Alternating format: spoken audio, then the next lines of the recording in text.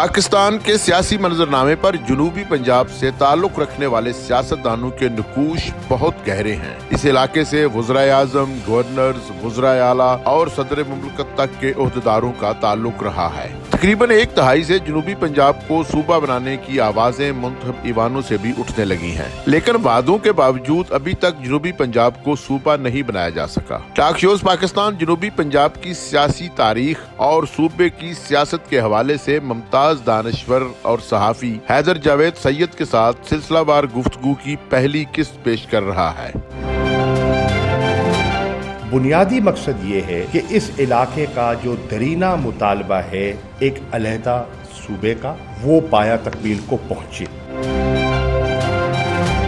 जहाँ तक इस बात का ताल्लुक है कि सराइकी सूबे की जो सियासत है वो क्यों नाकाम होगी, या क्या इसकी नाकामी में उन तीन बड़ी जमातों का हाथ है जो बड़ी जमातें सराइकी सूबे की बात करती रही। इसमें मैं पहले तो एक वजाहत ये कर दूँ कि तीन बड़ी जमातें इसमें शामिल नहीं हैं। दो जमातें इसमें शामिल हैं, एक पीपल्स पार्टी जिसने सराइकी सूबे की बात की, एक तहरीक इंसाफ जिसने 2018 में जनूबी पंजाब सूबा महाज को अपने अंदर जम करते हुए ये वादा किया कि हम 100 दिन में सूबा बनाने का रोड मैप देंगे।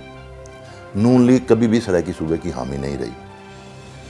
आपको याद होगा कि एक मरतबा पहले जब मेरी और आपकी नशिस्त हुई थी तो मैंने तब भी अर्ज़ किया था कि जुलाई 1977 के बाद, जिसको रियासत बहावलपुर कहते हैं, वहाँ आबादी का तनासब एक सोचे समझे मंसूबे के तहत बिगाड़ा गया। पंजाब से लोगों को ले जाके वहाँ आबाद किया गया ताकि आबादी, मकामी आबादी और गैर मकामी आबादी का जो तनासब है वो बिगड़ जाए। इसकी ज़रूरत इसलिए महसूस की गई कि जो कॉलोनियल सिस्टम में पंजाबी आबादकार आए थे, उन्होंने समाजी, सियासी और नफसियाती तीनों तौर पर अपना वज़न जो है सराइकियों के पलड़े में डाला, क्योंकि ज़ाहिर है वो 1920 की दिहाई में आए थे। 1947 में आने वाले मुहाजिरीन की अक्सरियत ने भी अपना वज़न सराइकियों के पलड़े में डाला। तो इस्टेब्लिशमेंट को बहुत ज़्यादा ज़रूरत पड़ी कि ये जो तनासब है ये तो सराइकियों के हक़ में जा रहा है। सराइकी सूबे की तहरीक उस वक्त आपको याद होगा कि 1983 में वो 82 में सराइकी सूबा महाज भी बन गया था लंगा साहब का। उस तनासब को बिगाड़ने के लिए, उस तहरीक को मुतासर करने के लिए पंजाब से लोगों को मुनज़्ज़म अंदाज में फैसलाबाद से, गुजरांवाला से, गुजरात से, सियालकोट से, कसूर से ले जाके लोगों को वहाँ ज़मीनें दी गई, कारोबार, लोगों ने कहा गया कारोबार वहाँ शिफ्ट कर लें, तो वो आबादी का तनासब ध्यान बिगड़ा। नून लीग ये चाहती है कि 2 सूबे बने। उन्होंने पंजाब असम्बली में 2 सूबों की करारदाद भी मंजूर कराई। उनका ये ख्याल था कि ये जो आबादी का तनासब अब 47-53 हो गया है कि सराइकी स्पीकिंग जो है रियासत बहावलपुर में 47% हो गए और गैर सराइकी जो है ना वो 53% हो गए हैं। तो इस गैर जो तनासब तब्दील हुआ है, इसकी बुनियाद पर रियासत बहावलपुर जो है ना वो हमेशा पंजाब का साथ देगा, सराइकी, सिंधी या बलोच सूबों का साथ देने की बजाय। यानी अगर हम इसको वजाहत से इस पर बात करना चाहें तो वो ये कि ज़ाहिर जब ये एक नया सूबा बनेगा तो जो मालियाती कौंसल होगी वफाक की, जो बनाएगा मालियाती कौंसल, ज़ाहिर उसमें सूबों की नुमाइंदगी होगी, सेनेट में भी सूबों की नुमाइंदगी होगी। सिर्फ सराइकी सूबा बनने से ये ख़तरा होगा कि सेनेट में जो सराइकी हैं अगर वो अपना वज़न हमेशा अपनी हमसाया कौमों के साथ डालें, पंजाब के साथ डालने की बजाय सिंधियों, बलोचों और पश्तूनों के साथ डालेंगे, तो ज़ाहिर है उसका एक रिज़ल्ट और होगा। तो ज़रूरत इस बात की पड़ गई इस्टेब्लिशमेंट को भी और इस्टेब्लिशमेंट की हामी मुस्लिम लीग नून को भी कि सराइकी वसीयत को 2 हिस्सों में तकसीम किया जाए।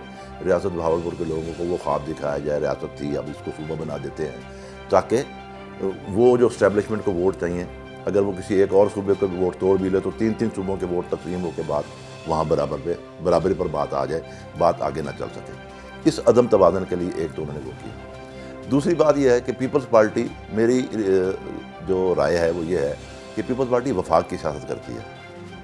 हम सराइकियों को भी पीपल्स पार्टी से मतलब चिराग अलादीन वाली तवक्कुआत नहीं करनी चाहिए थी। पीपल्स पार्टी जो हमारे लिए कर सकती थी वो पीपल्स पार्टी ने किया।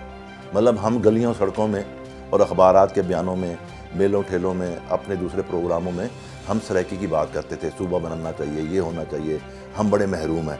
पीपल्स पार्टी हमारे उस मसले को गलियों, सड़कों से और इज्तिमात से उठा के असम्बली में ले गई। उसने कमीशन भी बना दिया। अब उसके बाद 2/3 अक्सरियत नहीं थी। हाँ, हम पीपल्स पार्टी से ये शिकवा ज़रूर कर सकते हैं कि जब पीपल्स पार्टी 18वीं आईनी तरमीम ला रही थी तो उस वक्त पीपल्स पार्टी नवाज लीग की वो जो ख्वाहिश थी کہ تیسری مرتبہ وزیر اعظم بننے اور وزیر اعلیٰ بننے پر پابندی جو ہے نا دستوری طور پہ ختم کریں، جو پرویز مشرف نے آئین میں سپریم کورٹ سے ملے ہوئے اختیار کے تحت آئین میں وہ کر دی تھی، اس کو ختم کریں، تو پیپل پارٹی اس وقت منوا لیتی ان سے.